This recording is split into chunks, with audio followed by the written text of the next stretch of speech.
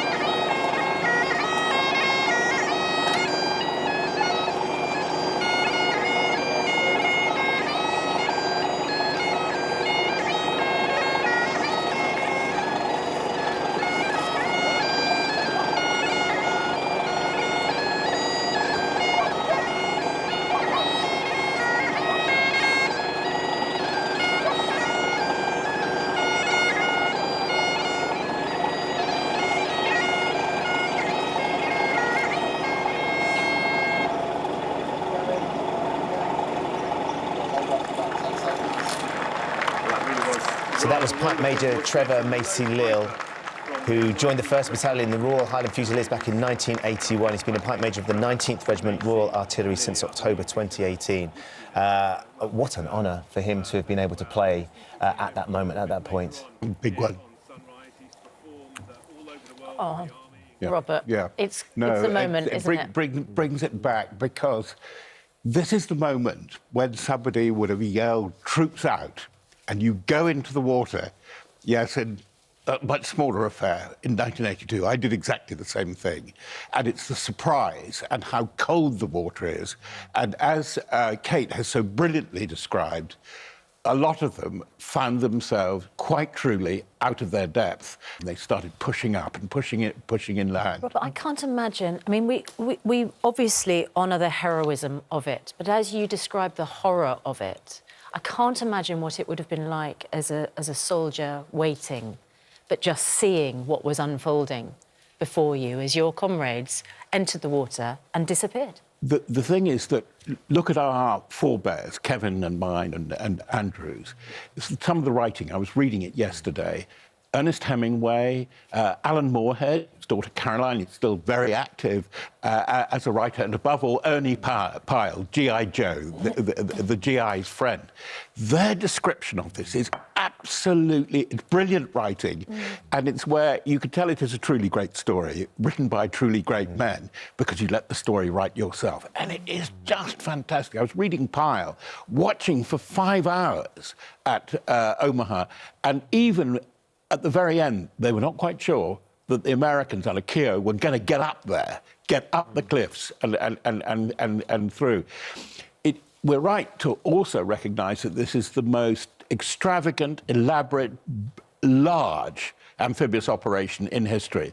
By golly, you don't try these things over much again. And people didn't. There's only one is the really famous Pyongyang, trying to cut into Pyongyang in the Korean War. You do this at your peril. So back to the miniature version of this in the Falklands. Remember what the famous headline was? Remember, I think we later worked on the Telegraph together, was "No D-Day landing," because we were so worried that the odds weren't very good. And as Kate has said, it was 50-50. Even the operational commanders, people standing back on the battleships watching their men going in, were wondering, and probably weren't entirely sure it was going to work, probably until sundown. So, Robert, was that, when you talked about the Americans struggling and the water being too deep, was that miscalculation? Was it just that there was weather conditions changed that? Because I'd imagine everything had been planned down to the most minute detail. There was a cultural difference. The great thing about Arromanches, which we're hearing, it was brilliantly rehearsed by the British and the Canadians. They did drills, they went up, they knew how to follow lines, and they did. They would follow strings and go up, and they knew how to deal with those obstacles. The great thing about the American assault is the US Marine maxim, hey diddle diddle and straight up the middle, and they just charged at Omaha.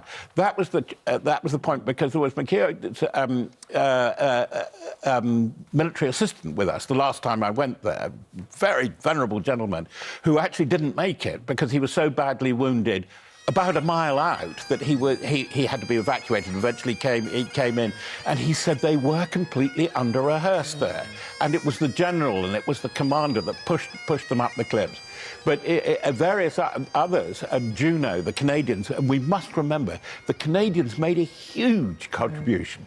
They had a whole army group they were the British. For the last time in military history, in the history of the Western Alliance, it was the last time the Brits were in charge, were in the lead, rather, the operation under General Montgomery. I think the Americans subsequently made it pretty sure that he wasn't going to be in overmuch overall command as the thing unwound.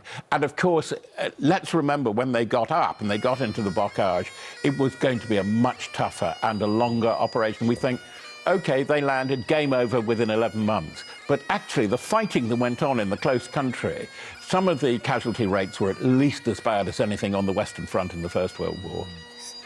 I mean, Kevin, as we listen to the piper walking through Arromanches, as Robert says, 75 years, it's going to be hard for, people to remember this, isn't it? And it's so important to honour those who are still alive, those who lost their lives, as it slips from memory. No, absolutely. It slips into history. The First World War generation has gone soon.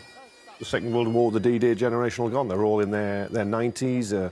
Incredible bravery. It's impossible to think about it and talk about it without feeling a lump in your throat and teary. And it was the noblest of causes, because it was to free Europe from the tyranny of fascism and the Nazis and defeat Hitler.